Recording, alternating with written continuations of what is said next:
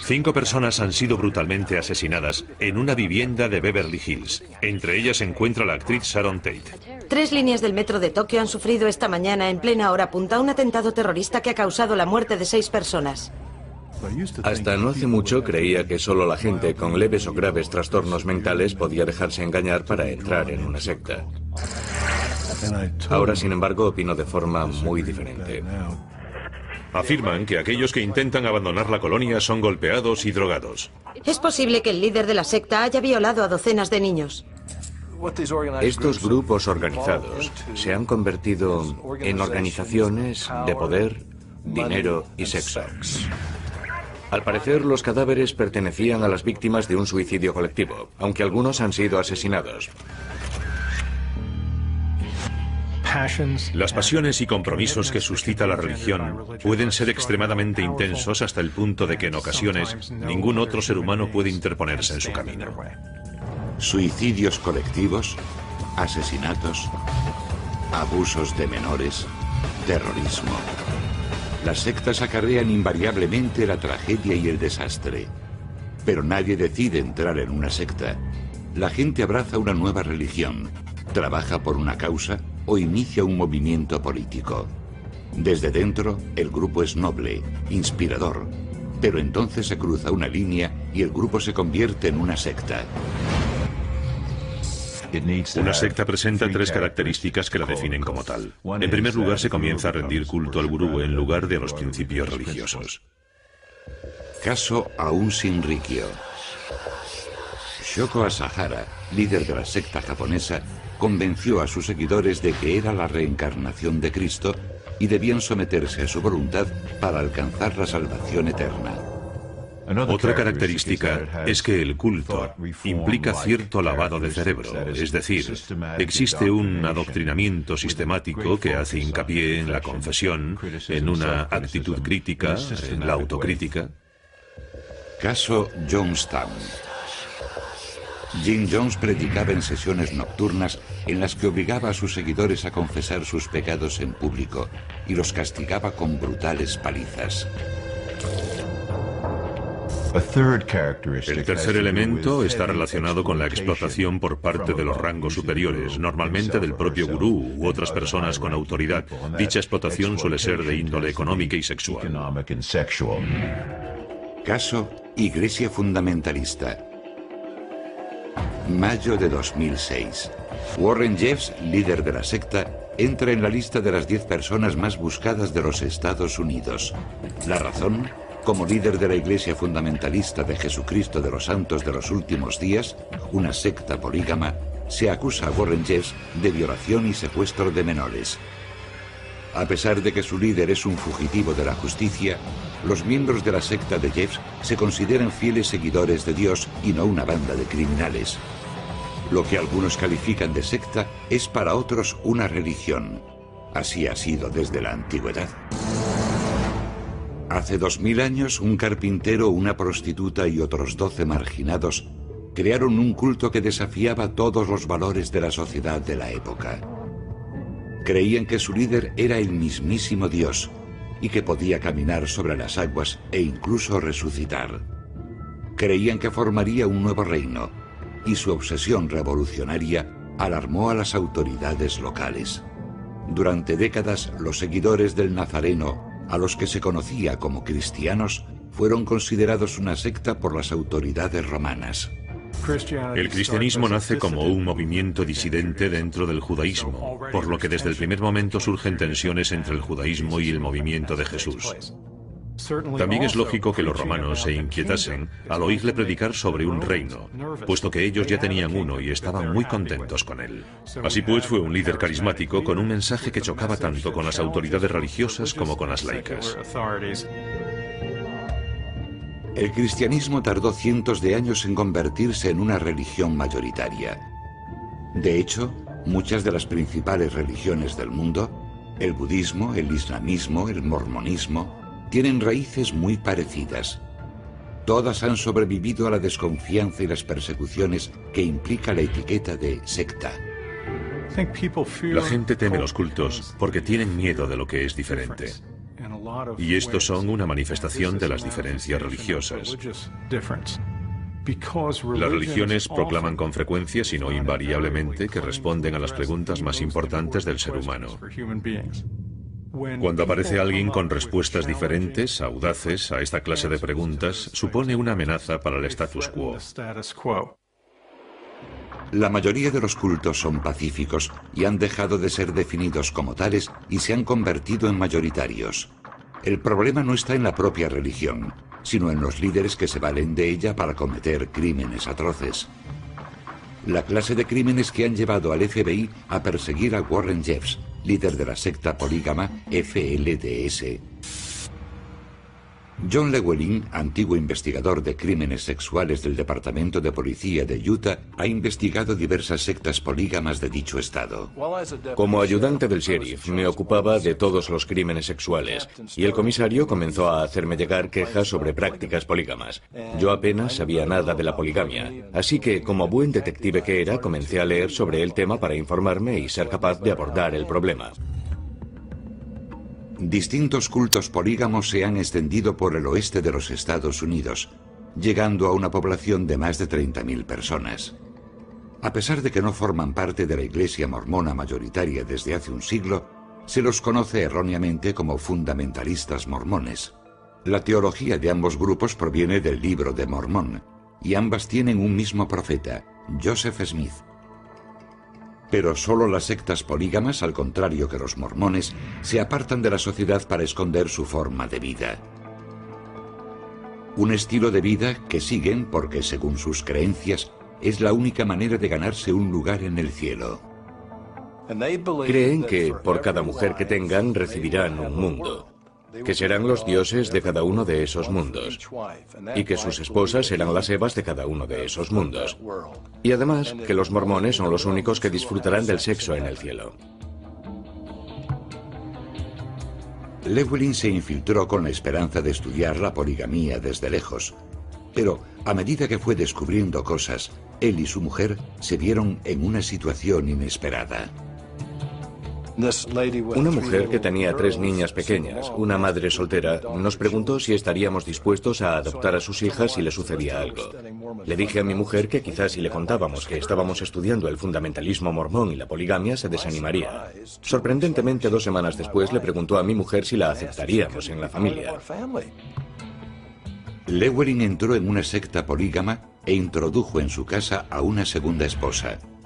La devoción por el culto le había llevado a renunciar a sus valores cristianos. No tenía ni idea de cómo sería tener 2 mujeres. No sabía si estaba cometiendo adulterio o si aquello era lícito. Me resultó muy difícil. Pasó alrededor de 1 año antes de que lo viese como algo casi natural. En el caso de Llewellyn, los 3 adultos consintieron la poligamia.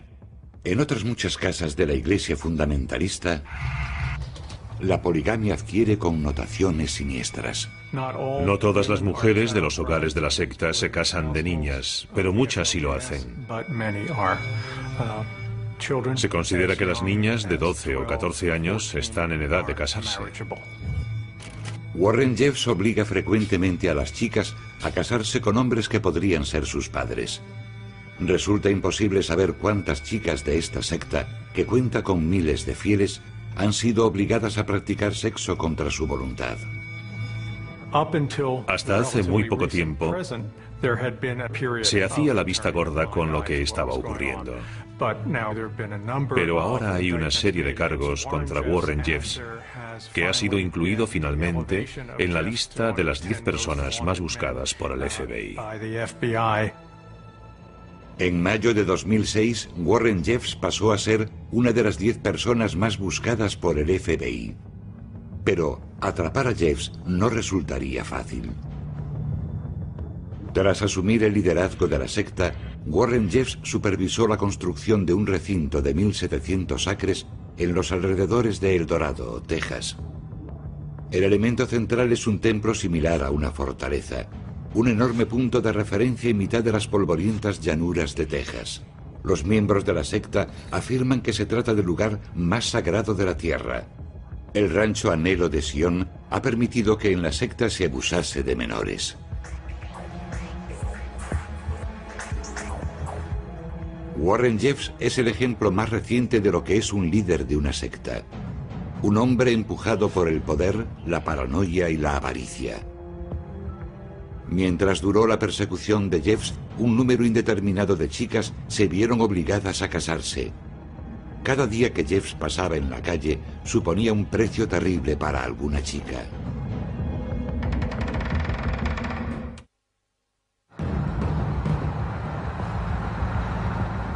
...28 de agosto de 2006...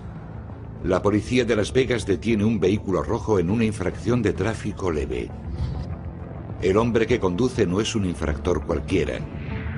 Se trata de Warren Jeffs, uno de los 10 fugitivos más buscados de los Estados Unidos. El líder de la Iglesia fundamentalista, Warren Jeffs, está acusado de posibilitar el matrimonio entre una menor de edad y un hombre casado de 28 años, y de abusar él mismo sexualmente de menores. Como casi todos estos líderes, Warren Jeffs ha utilizado la religión para escenificar sus fantasías de dominación y avaricia. Para mantener todo en secreto, construyó un templo a la perversidad en las aisladas llanuras de Texas.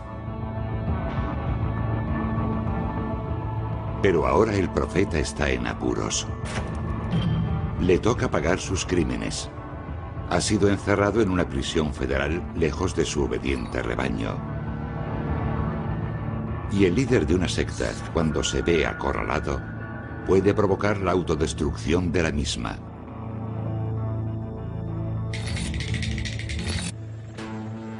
Guyana, 1977. 30 años antes de la detención de Warren Jeffs, otro líder de un culto se vio sujeto a una investigación. Para evitar que lo detuvieran y castigaran por sus crímenes, Jim Jones empujó a sus seguidores a un viaje de paranoia y locura. Las autoridades no se dieron cuenta de que todo iba a terminar en una masacre, con una pila de cientos de cadáveres como testimonio del aterrador poder de una secta.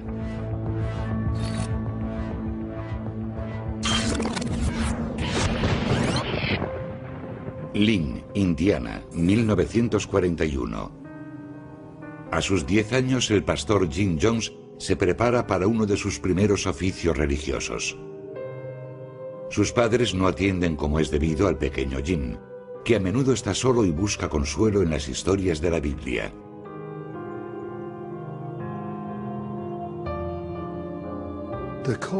Los líderes de las sectas sufren a una edad temprana el descuido y el abandono de sus padres, que los decepcionan. El interés del solitario Jim por la Biblia le lleva a una iglesia pentecostal de las afueras de la ciudad.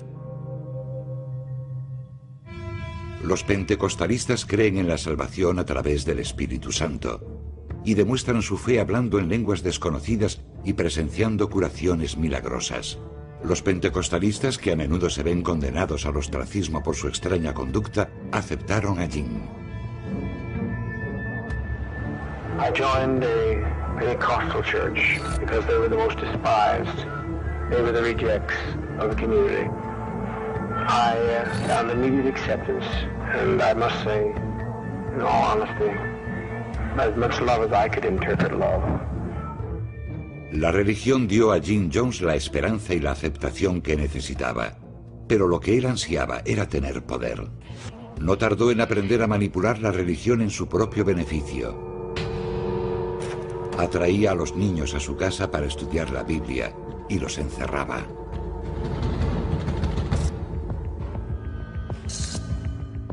En su adolescencia, Jim fue un estudiante ejemplar. Para mejorar sus dotes retóricas, estudió los discursos de líderes socialistas como Marx, Lenin o Mao.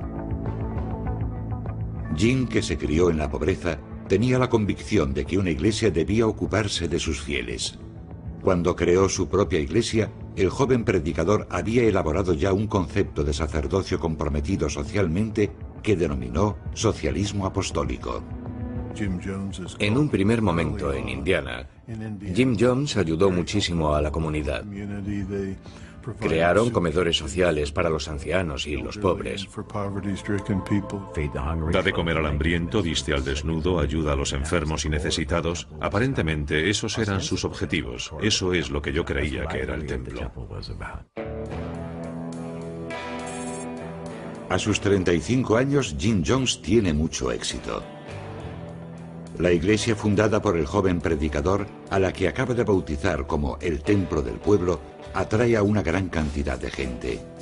Ha encontrado una mujer que comparte su compromiso con la igualdad racial y han creado juntos una auténtica familia multicolor. Sin embargo, sus ideas radicales y su liberalismo resultan excesivos para la conservadora indiana. Originariamente era un hombre con fuertes convicciones que chocaba con una cultura hostil. Creía en la integración racial, pero vivía en Indianápolis, una ciudad dura que no apoyaba semejante idea. A pesar del crecimiento de su congregación, Jones se siente perseguido e incomprendido. Su infantil necesidad de atención se ha ido convirtiendo en un vehemente anhelo de poder. Debe trasladar su iglesia a algún lugar en el que pueda madurar. Un lugar que reciba con los brazos abiertos las ideas progresistas, el activismo social y las ideas políticas radicales. El Templo del Pueblo se muda al norte de California. San Francisco ha sido un lugar de encuentro, un sitio donde se combinan un montón de ideas diferentes. El pacifismo, los hippies de Haight-Ashbury, era una ciudad muy abierta y tolerante con muchos grupos e ideas. La zona de la bahía ofrece un clima social ideal para el Templo del Pueblo. En las comunidades progresistas de San Francisco, Jim Jones reuniría un pequeño ejército de personas trabajadoras entregadas al activismo social. La comunidad progresista de San Francisco y la comunidad liberal nos adoraban. Éramos elegantes, responsables y teníamos dinero, y ayudábamos a la gente. Residencias de ancianos, clases de recuperación para los estudiantes, asesoramiento legal gratuito. El Templo del Pueblo ofrecía una gran variedad de servicios sociales. Pero los programas sociales tenían un objetivo egoísta en el caso de Jim. La mayoría de estos líderes destructivos cumplen al menos 8 de los 9 rasgos característicos del desorden narcisista de la personalidad. Todos los programas sociales de Jim Jones y la implicación de su congregación con la comunidad aumentaron su propia sensación de poder, de importancia y gloria. El ambiente progresista de San Francisco era un entorno ideal para una iglesia activista como la de Jones. Pero la búsqueda del poder y la gloria solo explica en parte el comportamiento de Jim. Lo que le llevó a California fue su creciente paranoia. En 1962, la revista Esquire publicó un artículo sobre los 9 lugares más seguros en caso de ataque nuclear. Redwood Valley, a las afueras de San Francisco, era uno de ellos. Creían que estaba a salvo de una gran cantidad de peligros. Incluso pensaban que iba a estallar una guerra nuclear o que por alguna razón Redwood Valley era más seguro que cualquier otro lugar. Jones había tenido una visión según la cual el Medio Oeste sería destruido por un ataque nuclear, así que era esencial mudarse rápidamente. Llegó incluso a señalar la fecha exacta en la que se produciría la explosión nuclear. I have given the date, the month, and the year where a nuclear war will take place. I want to be like Jonah of old. I want to be proven wrong. I'll be happy if one of my prophecies fail. They haven't yet, but I'll be glad when one of them does. La salida de Indiana no fue más que el primer paso en el descenso a los infiernos de Jones, en el que arrastraría a su templo a un lugar mucho más remoto que San Francisco.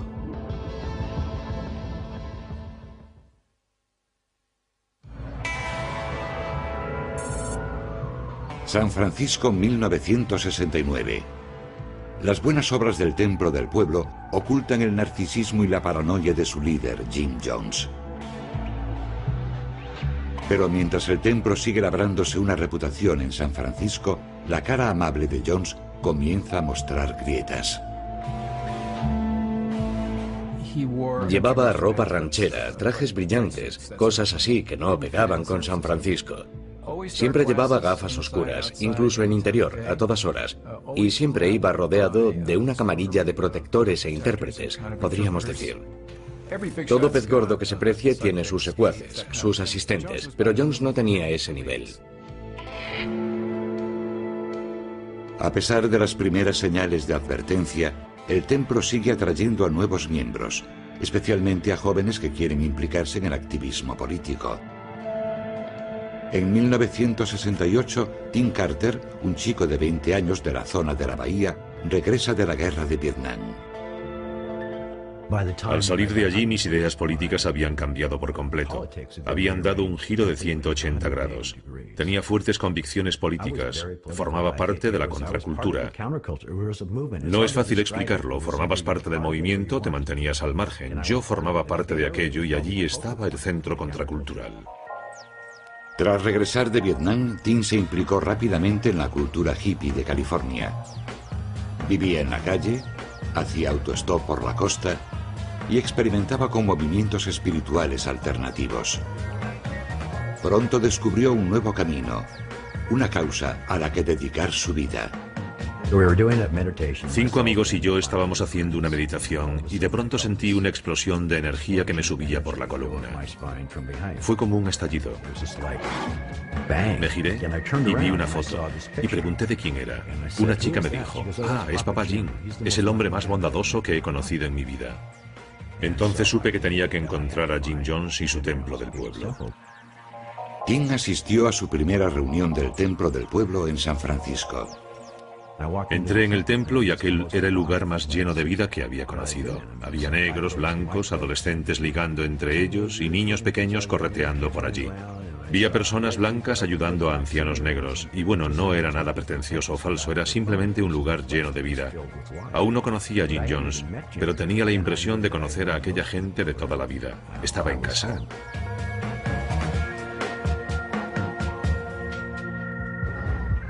Como miembro de la contracultura, Carter se sentía atraído por el activismo social. Como todas las sectas, el templo atraía a gente con buenas intenciones. En su apogeo, el templo tendría 2.000 o 3.000 seguidores. Sin duda creció al llegar a San Francisco y llevaban a cabo una intensa labor de captación. Para un fiel potencial, el templo del pueblo era una organización modélica. Y Jim Jones, su bondadoso padre espiritual. Pero el éxito y el poder llaman la atención. Marshall Kilduff, reportero del San Francisco Chronicle, fue uno de los primeros periodistas que se interesó por Jones. Al principio el historial de Jones parecía impecable, quizá demasiado. Jones en general tenía una imagen benévola y positiva. Creo que muy pocos lo conocían realmente. Si le preguntabas públicamente a cualquier político, a cualquier figura social, te decían: sí, es un buen tío. Lo curioso es que a medida que me fui interesando por Jones, le pregunté a algunas de esas personas en privado y me decían que ese tío tenía algo raro, algo inquietante por cómo dominaba completamente a su incondicional ejército y conseguía que fuese a cualquier parte. El poder que Jones ejercía sobre sus seguidores no pasó desapercibido a Marshall Kilduff. Sus largas entrevistas con antiguos miembros de la secta revelaron datos preocupantes sobre la vida en la misma. El narcisista malvado desea en su interior ponerse por encima de la gente y que ésta lo sienta, y eso lleva a ciertos extremos.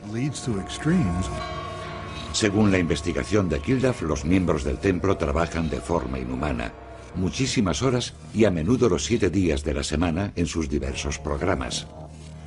En el propio templo, los seguidores eran obligados a confesar crímenes inventados por los que recibían palizas brutales. Antiguos miembros declararon que incluso los niños sufrían esta clase de maltratos. Según sus descripciones, Jones era un líder clásico, que se servía de la espiritualidad para someter psicológica y sexualmente a sus fieles. ¿Hasta qué punto eran ciertas dichas acusaciones? Cuando estaba allí creía estar informado, pero no veía lo que sucedía en realidad. Jones tomaba drogas. Yo no lo sabía entonces. Combinaba heroína y speed. Son sustancias muy fuertes. No sabía que mantenía relaciones sexuales con todo el mundo. Es sencillo verlo ahora, pero uno no piensa que su líder está chiflado. San Francisco no es el refugio que Jones esperaba. A medida que aumenta la presión, comienza a perder el control. Pero revelar la verdad sobre el líder de una secta puede tener consecuencias mortíferas.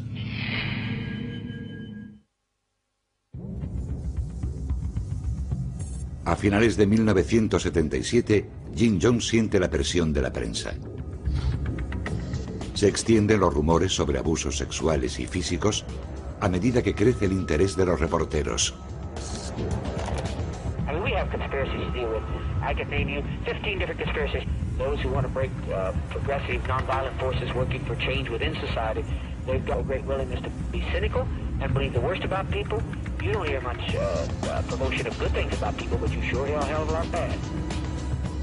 Sintiéndose perseguido de nuevo, Jim Jones llena los autobuses por última vez. Los miembros del templo con los que hablé después tenían la sensación de que el templo huía de algo, de que se encontraba en una situación desesperada y necesitaba algún tipo de cambio. Se vieron obligados a salir de San Francisco. En 1977 se publicó en la revista New West el artículo de Marshall Kilduff que denunciaba los abusos que se cometían en el templo del pueblo. Cuando aparece el artículo, el templo está ya inmerso en un éxodo masivo. En cuestión de meses, casi 1000 personas se desplazan a Guyana, en Sudamérica. Después de un largo vuelo hasta la capital, Georgetown, sus miembros soportan una penosa travesía de 36 horas en barcas y todoterrenos. Finalmente llegan a las humildes cabañas del proyecto agrícola del Templo del Pueblo, también conocido como Jonestown. Jones cree que, perdido en mitad de la selva, podrá por fin ejercer un control absoluto. Para alguien que adoraba ser el centro de atención y al que le gustaba captar a nuevos seguidores, no debió de ser fácil irse a Jonestown. Pero quería el control total, un lugar en el que pudiese hacer lo que quisiera. Es posible que eso sea lo que siempre quiso, crear su propio mundo. Jonestown, 1977. Tim Carter, con su joven esposa y un recién nacido, se aferra todavía a su fe en el templo del pueblo. Al igual que otros seguidores de la secta, había empezado a desconfiar de Jones, pero decidió quedarse. Algunos miembros se lo explicaron a Marshall Kilduff. Me dijeron, nos unimos al templo por muchas razones. Queríamos una sociedad mejor, un mundo sin racismo, una vida plena. Y era duro renunciar a eso, pensar que nos habíamos equivocado, que éramos tontos y decir, me marcho. El compromiso de los fieles se ponía a prueba continuamente. Los residentes eran sometidos a palizas y humillaciones públicas. La desobediencia era castigada con el aislamiento. E incluso a algunos se les reducía con sedantes que los dejaban en un estado de semi-inconsciencia permanente. Semejantes tácticas se debían a la paranoia de Jones, que creía que estaban asediados. Jones desarrolló la idea del asedio para que la gente se sintiese más cercana al templo a medida que éste se iba aislando, se apartaba del mundo real. Hicieron que los miembros estuviesen en estado de alerta. Sus sentidos estaban saturados. Se trabajaba mucho. La comida era pésima. Te decían que tu vida corría peligro. Así que desviaron su atención con una serie de tratamientos. Como todas las sectas, el templo del pueblo había sufrido una metamorfosis.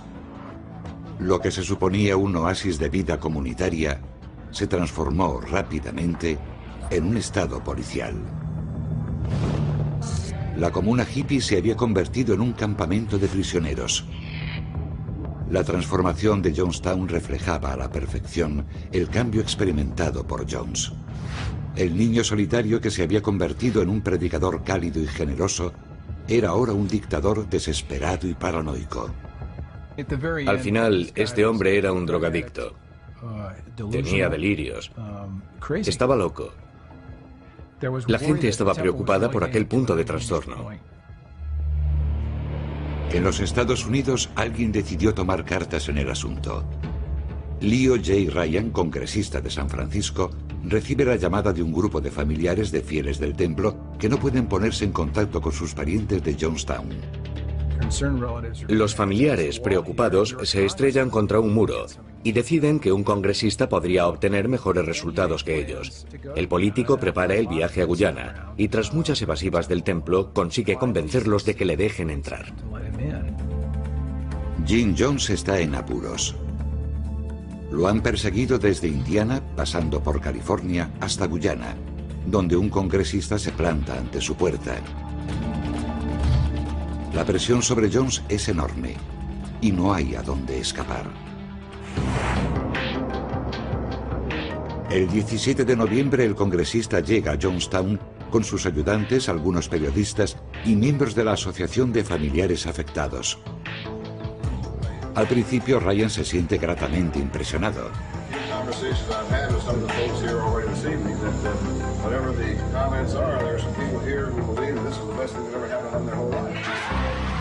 Pero en un determinado momento, uno de los invitados recibe una nota de un miembro del templo que quiere abandonar Johnstown. La noticia provoca un efecto en cadena y otras personas se acercan a Ryan afirmando que la retienen contra su voluntad. Se reúne un grupo de 9 personas que se irá con el congresista. Jones se siente decepcionado. Leave us, I just beg you, please leave us. Bill, we will bother nobody. Anybody wants to get out of here can get out of here. Aquellas personas se preparan para marcharse. Las 9 personas que se van con el congresista. Es la 1:30, 2 de la tarde. Y de repente se desató una tormenta surgida de la nada. El cielo cambió. Se puso casi negro. Fue una tormenta insólita. Johnstown parecía el mismísimo infierno. Todo cambió. Aquel vendaval y aquella tormenta lo cambiaron todo. Ryan y su séquito se ven obligados a esperar a que pase la tormenta. Pero Jim Jones sabe que no puede dejar que nadie salga de Johnstown.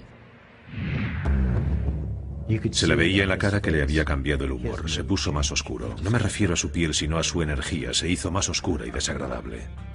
Desesperado, Jim Jones ordena a su ayudante, Don Sly, lo impensable.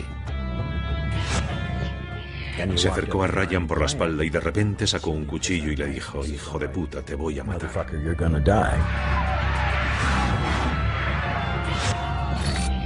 Tim Carter y otras personas consiguen reducir al agresor. El congresista sale ileso, aunque se asusta y abandona Johnstown inmediatamente. Me resulta complicado describir el horror que sentí. Llevaba años jugando a la paz y el amor, y cuando desperté caí en la cuenta de que mi líder era un monstruoso asesino. Unas horas después, el congresista Leo Ryan, junto a 4 miembros del grupo, es tiroteado en la pista de aterrizaje de Kaituma, siguiendo órdenes inequívocas de Jim Jones. Pero en Johnstown, solo Jones es consciente del asesinato. Tranquilo y sosegado, convoca una reunión en el pabellón principal. Cuando el acto comienza, envían a Tim Carter a hacer un recado. Vi lo que vi porque me habían pedido que fuese al pabellón para preguntarle a Jones si quería que un camión nos llevase a la puerta principal, que se encontraba a unos 5 kilómetros. Cuando llegué, la gente ya se estaba muriendo. Había unas 10 o 12 personas tiradas en el suelo.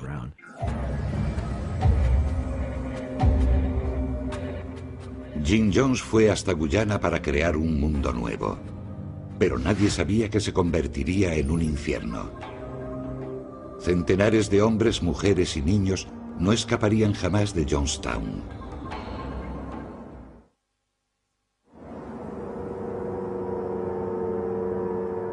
En una pista de aterrizaje perdida en medio de una selva sudamericana, el congresista Leo Ryan se convirtió en el único congresista estadounidense que murió en acto de servicio, víctima de la violencia sectaria.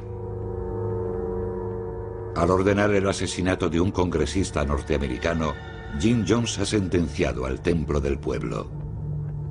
Para evitar ser castigado por sus crímenes, decide morir junto a todos los habitantes de Jonestown. My opinion is that we be kind to children and be kind to seniors and take the portion like they used to take in ancient Greece and step over quietly, because we are not committing suicide. It's a revolutionary act. We can't go back. They won't leave us alone. They're now going back to tell more lies, which means more congressmen, and there's no way we can survive. Mientras cientos de personas escuchan a Jones en el pabellón principal, algunos miembros destacados preparan la mortífera poción.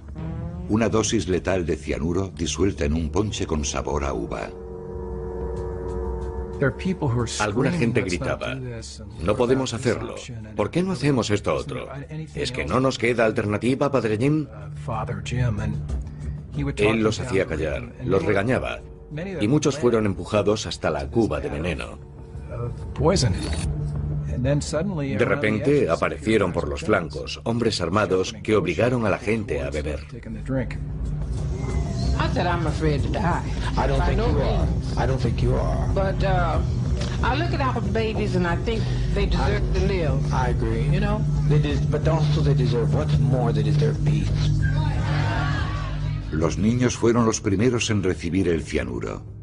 Tim Carter, miembro del templo, confundido y aturdido, fue testigo de las primeras muertes. No sabía qué hacer. Una parte de mí me decía, van a morir todos. Y otra parte, no tiene sentido, no puede suceder.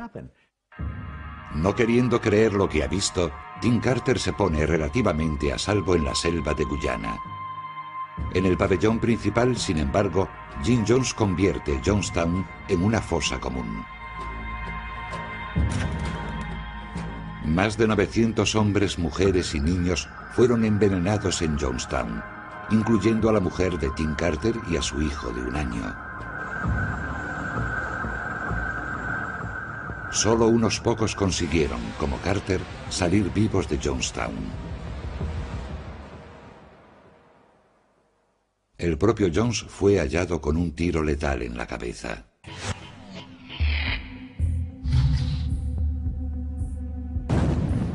Después de lo de Jonestown, muchos asumieron que los miembros de la secta habían ingerido el veneno voluntariamente, obedeciendo con entusiasmo a su líder Jim Jones. Pero en los últimos años se ha descubierto que mucha gente de Jonestown fue inyectada a la fuerza y que muchos otros fueron obligados a beber el veneno a punta de pistola. ¿Nos equivocamos como seres humanos? Sí. ¿Nos equivocamos como grupo? Sí.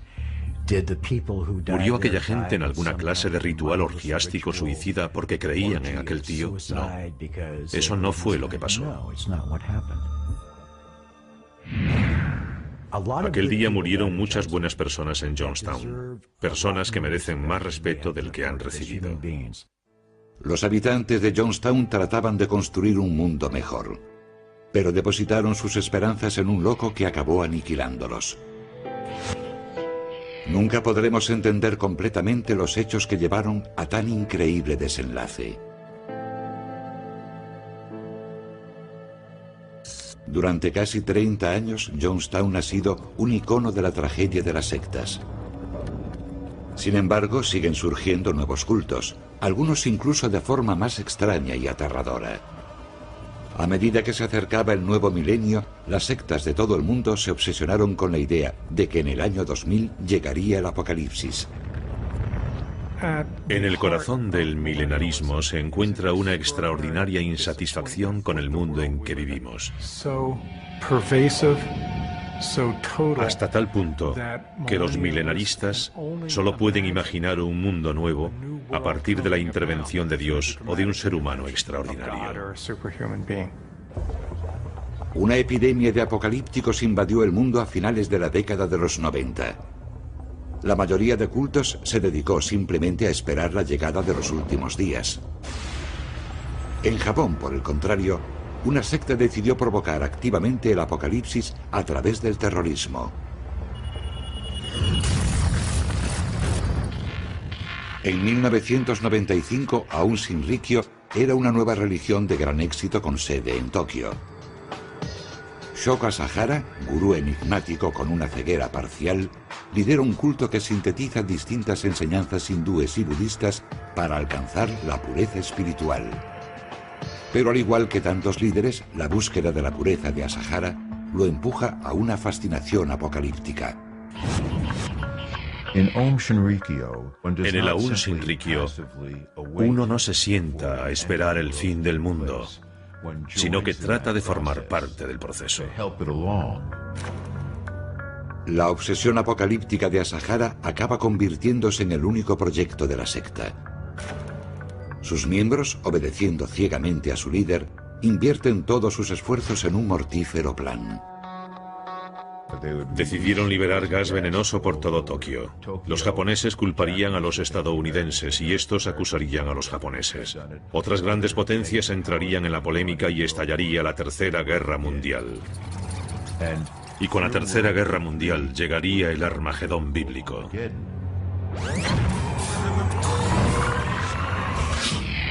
...20 de marzo de 1995, lunes, hora punta. Millones de trabajadores suben al metro de Tokio mientras miembros de Aum Shinrikyo liberan gas nervioso en 5 trenes diferentes de la ciudad.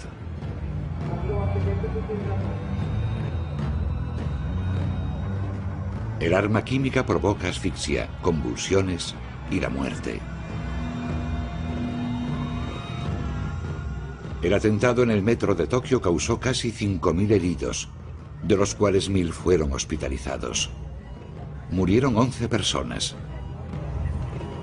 Durante los meses siguientes, las autoridades comenzaron a sacar terribles conclusiones. Siempre que un arma potente cayese en manos de fanáticos obsesionados con el apocalipsis, se produciría una tragedia. La policía de todo el mundo se preparó para luchar contra las sectas terroristas. No se trataba del típico grupo terrorista que secuestra aviones o lleva a cabo atentados.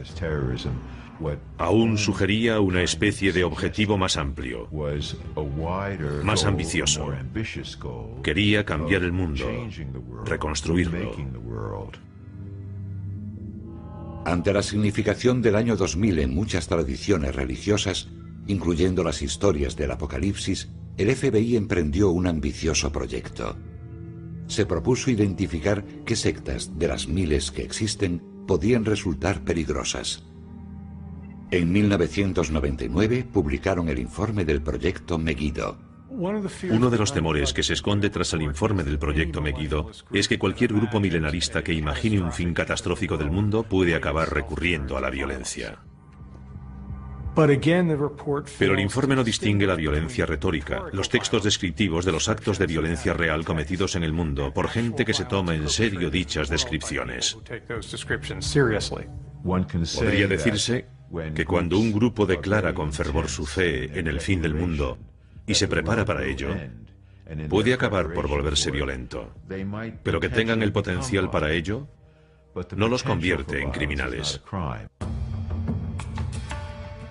Al tratar de evitar la violencia de los cultos, la ley ha de juzgar algo muy difuso. ¿Qué es una religión y qué es una secta? En una sociedad en la que se alaba la fe, pero se condena la violencia religiosa, siempre existe la posibilidad de que se produzca una tragedia a manos de una secta. Siempre que una comunidad religiosa exhorte a sus fieles a llevar una vida distinta a la de todo el mundo, a obedecer leyes o prácticas distintas a las de todo el mundo, puede crearse una tensión. Siempre que se cree una tensión, podrá surgir un conflicto. Y cuando hay un conflicto, siempre existe la posibilidad de que estalle la violencia. Es un escenario aterrador, pero podemos evitarlo. Aunque el fanatismo religioso siga siendo una amenaza para la seguridad del mundo, podemos aprender de los errores de las sectas. No existe ninguna garantía, aparte del deseo de cuestionar y resistirse al poder de la secta.